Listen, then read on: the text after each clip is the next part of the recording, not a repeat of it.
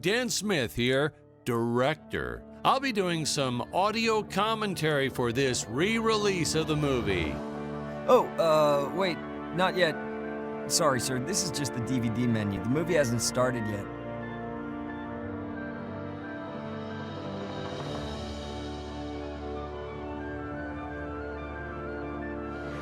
Wait a minute! That's not the movie poster I remember. Isn't the robot supposed to be holding Scarlet there?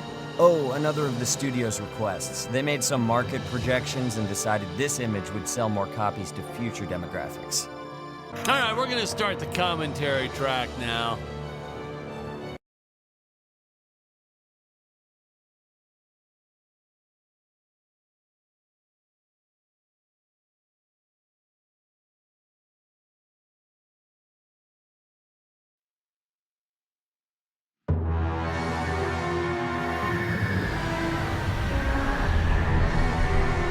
Hello, Dan Smith here. I directed this film back in, well, it feels like a century ago. Yeah. The studio asked me to provide a commentary track for the DVD release. And wham! Straight into the action. No fluff or anything. That's what we did back then. Crash-landed ship. Out pops our hero, the fearless Dick Starspeed.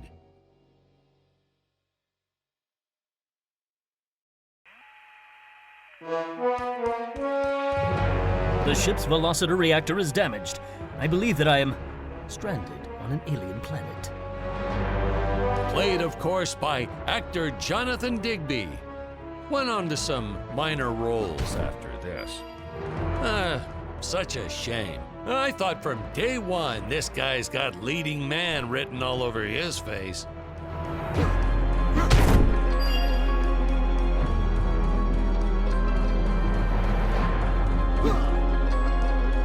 I've often asked why Dick breaks these boxes. He actually ad-libbed it. I told Jonathan, always keep things exciting.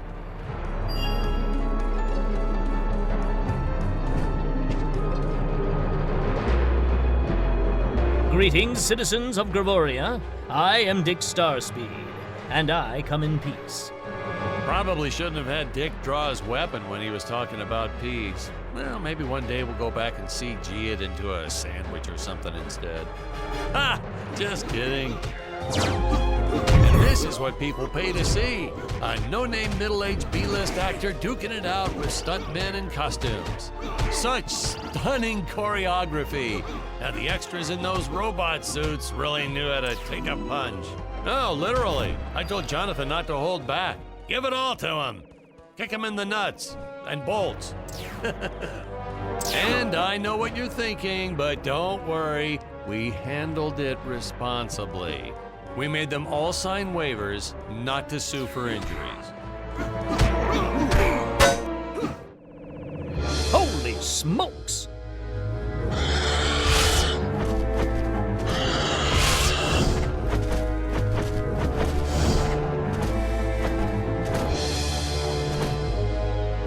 If I land squarely on that grain silo, I should survive this fall unscathed. Well, I shouldn't say this now, but you could actually see the strings if you squinted hard enough.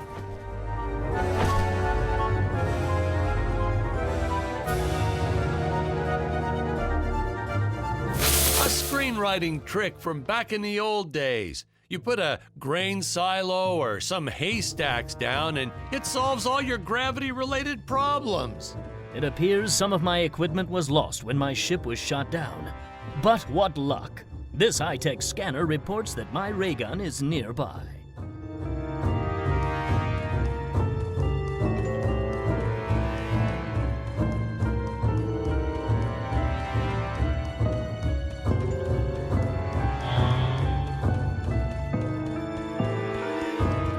Oh, the dinosaurs! You just don't see quality stop motion like this anymore, do you? Someone actually sat there and moved them, frame by frame. Today, it'd be done with computers, but where's the artistry in that?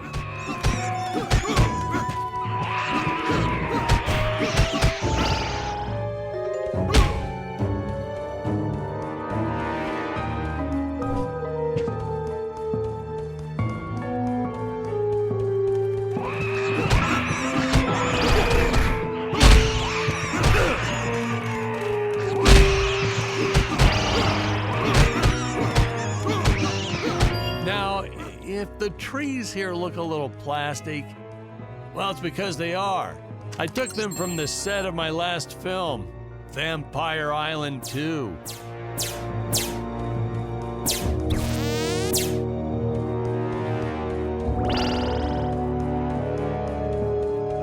We got our fair share of nasty letters from scientists complaining about our portrayal of the dinosaurs.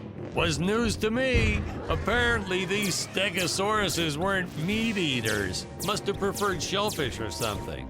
Wow, how do they know? That's what I say.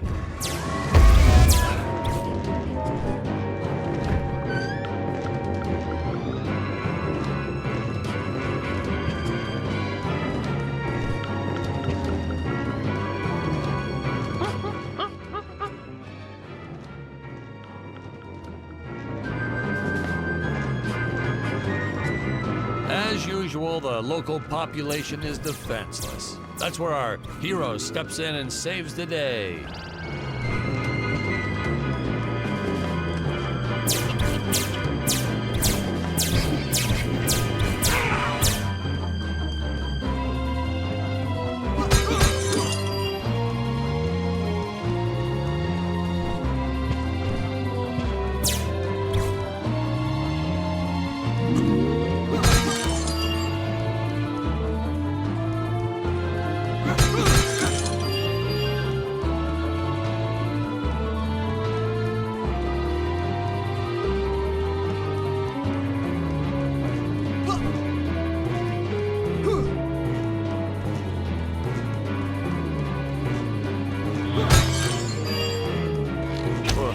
We put Jonathan through a lot shooting this film. He wasn't the best actor, especially when reacting to getting hit. He's what you call a flincher. So I told the stuntman to really just go to town on him. It's the only way to get an honest performance sometimes. Our props master tried to make the weapons soft, but there's only so much you can do. Lucky for us, Dick's entire body was covered in that spacesuit. That thing was a lifesaver when it came to hiding bruises. Gold.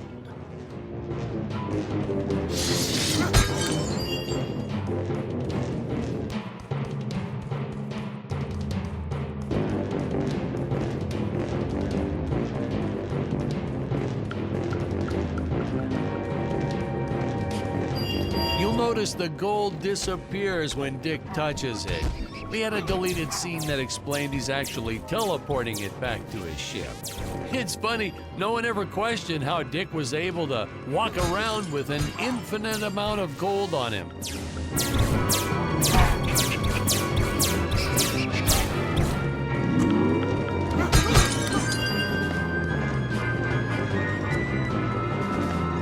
We had to redo these shots. Our first attempt was kind of a disaster. We tried using real apes, thought it'd cut down on the costume budget a bit. But have you ever tried working with apes? They are the worst actors ever. They don't sit still for a moment, and the second you take your eyes off of them, they're flinging their feces all over the place. Jonathan refused to work with them after he got, well, let's just say that he had to take more than a couple of showers one day. You know, you never forget the smell of monkey poo. We steam cleaned the studio top to bottom. Still never got rid of it entirely. All through the rest of the shot, we kept finding those little surprises hiding inside various props. Boy, were those the days.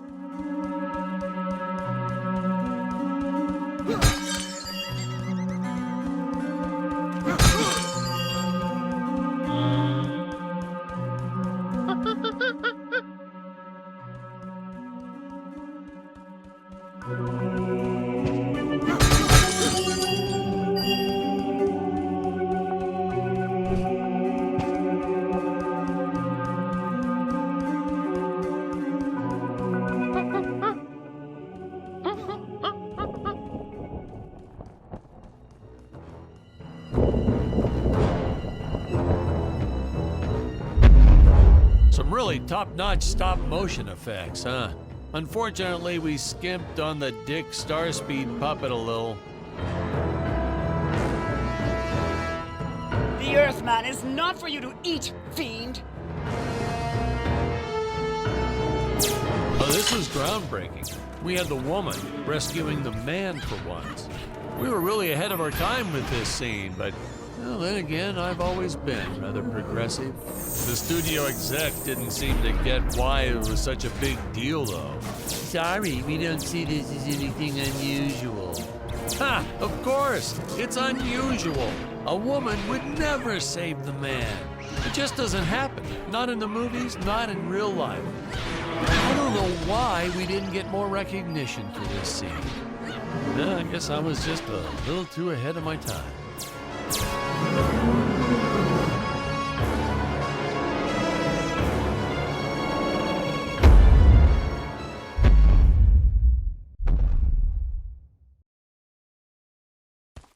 Thank you for saving me, strange woman. What is your name? I am the magnificent Scarlet Nova.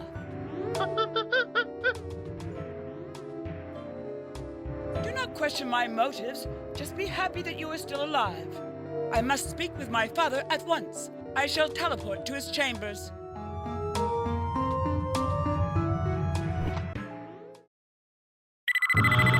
Huh?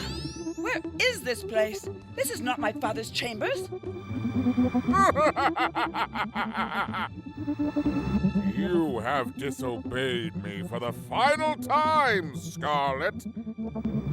Enjoy an eternity in the Tower of Eternal Solitude for all eternity! The old fool did not notice I am wearing my jetpack. Booster usage. Jump. Wait. Wait. Use booster. Survive deadly fall.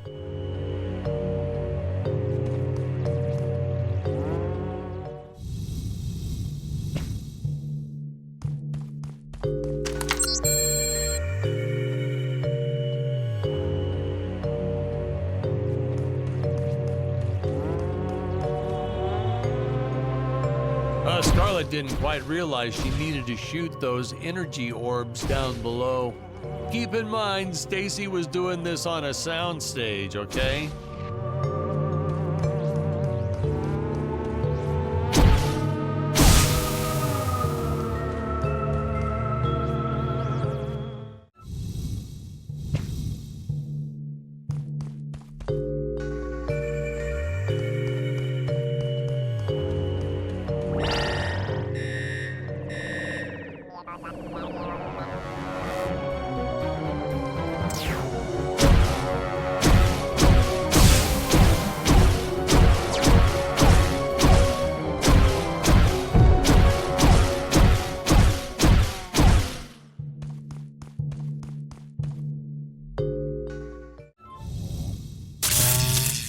The energy imps.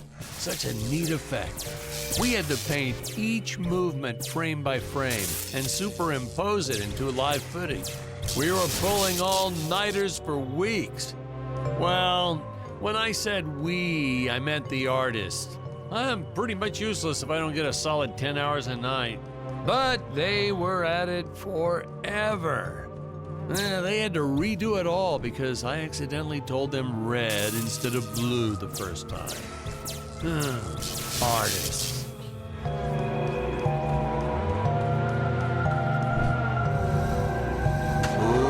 Ooh, the fearless sea monster, always patrolling the shore, eagerly awaiting for his next meal.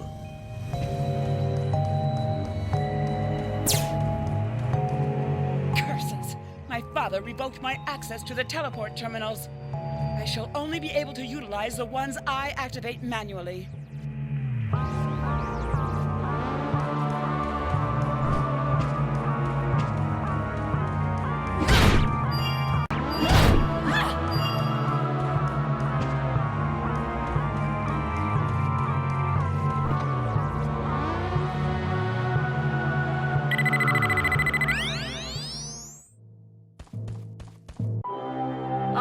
I knew you would return. Puny Earthman, you shall help me overthrow the Emperor.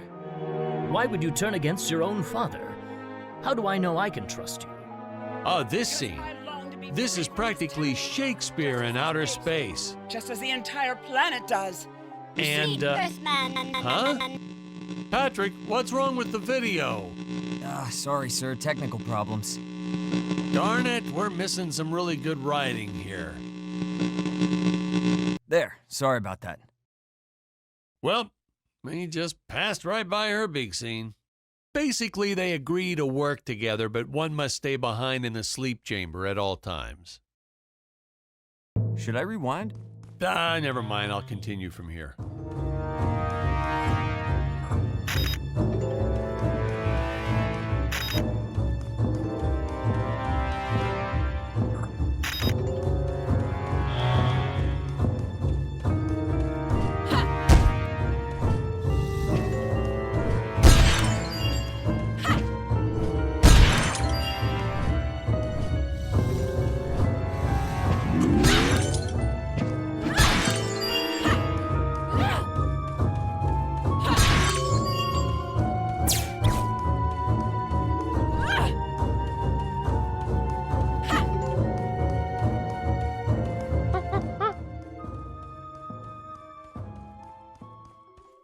Oh, spoiler alert, our heroes may or may not find a particular tool that will allow them to destroy those rock barriers later on in the film. Right from the start, our budget was a little tight, even by standards back then. To make do, Tony shot a couple scenes in black and white. Originally, he intended to use it for flashbacks. But then I had to break it to him. Our film doesn't have flashbacks. We almost made it a silent film just to cut costs. I felt it was an absolute necessity we have a T-Rex in this film, but we got this Serato thing instead. Of course, I went through the whole production thinking it was a T-Rex because, really, who can tell the difference anyway?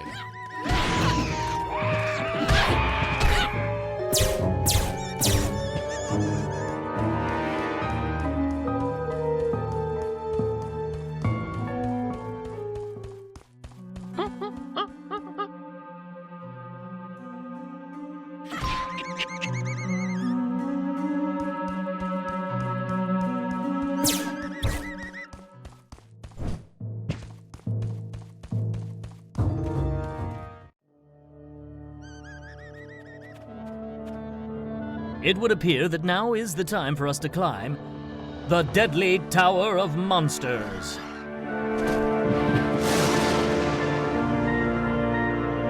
Good screenwriting 101.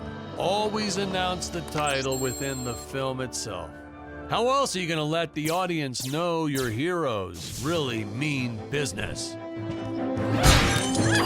Now, that weapon, it's just an electric shaver, but you know, I bet you'd never guess it was, would you? They look so futuristic.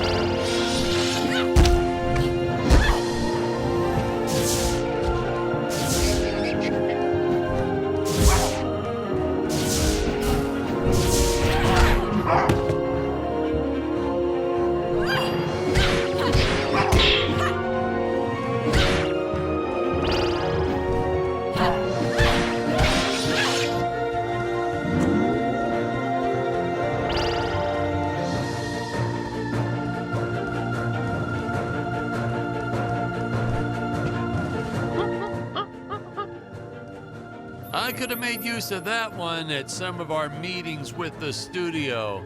Oh, you'd like to see records of where our budget went to this month? Sure, let me get that for you right now. Boom, boom. Yeah.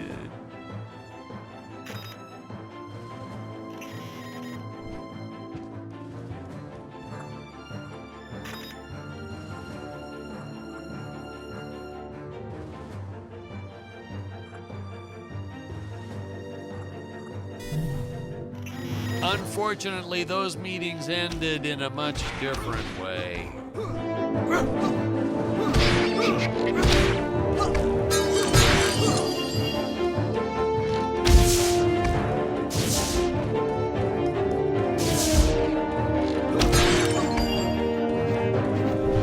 I know a taxidermist who helped us out with these bat creatures for real cheap. He's not good. He's kind of sloppy if you want to know the truth. But that's the best part. A sloppy bat looks scarier. Oh, but you gotta sew up that sphincter. Just trust me on that one.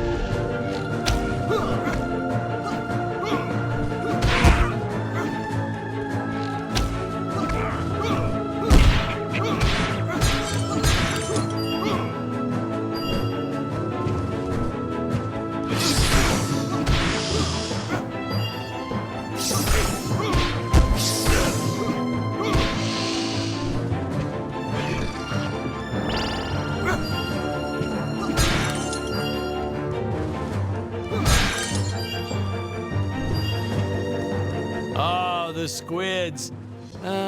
Some board member had these nephews who really wanted to be in the films. They made me cast them as squids.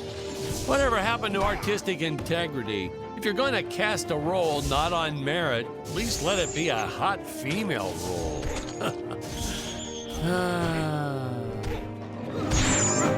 My effects team kept assuring me the strings wouldn't be visible in the final cut. But I could see them. No transparent nylon. This stuff will do the trick. Yeah, right. I swear, those darn strings is what made my hair go white.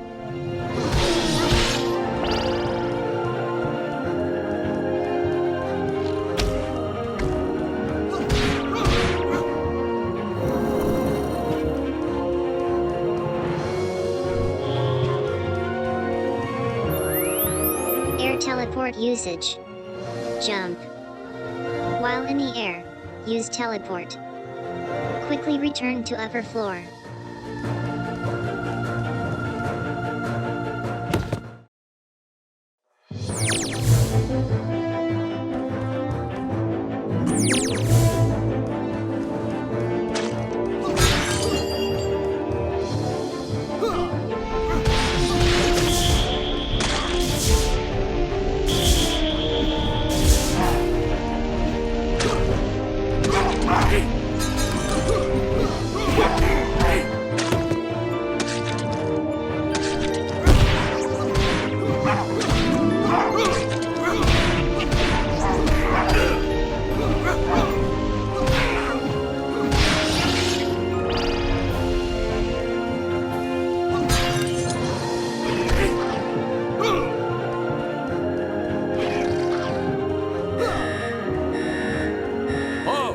Want to miss a single minute of this scene. The nuclear ants.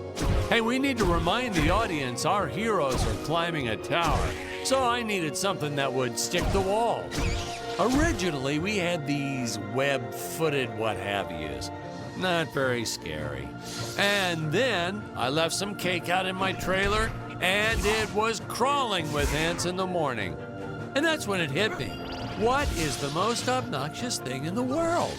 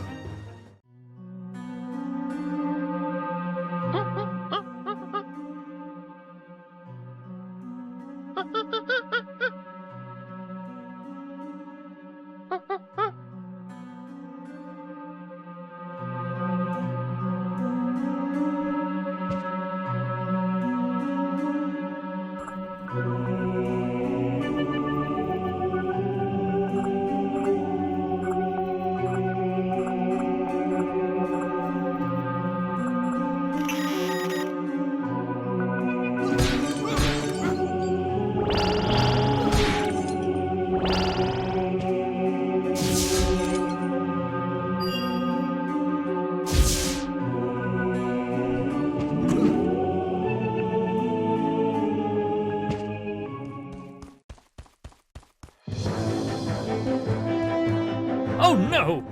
This head belonged to my co-pilot robot. He was the most loyal companion in the galaxy. You dick. Malfunction. Dick. Malfunction. These Gravorians will pay dearly for this, my friend. Now, what's a space adventure film without a trusty robot sidekick, huh? Am I right? In the original draft, we had Dick and Scarlet team up with an alien from the planet's surface. You know the type, pointy ears, wise and emotionless. But then we came to our senses and realized that a giant tin can robot's way cooler. Besides, everybody was doing the alien thing back then. You know me, I'd rather be a trailblazer.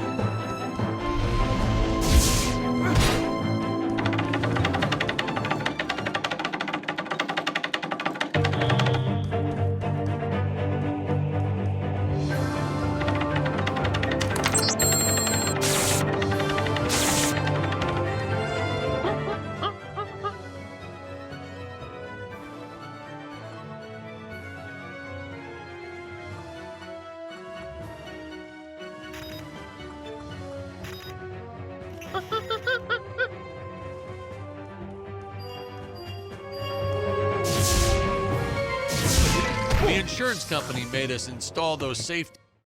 Hey, now what's going on? This isn't the right cut. Sorry, sir. These must be unused scenes for the DVD extras. I don't know how I mixed them up. We'll go back and record that part again. Using the right scenes, I suppose.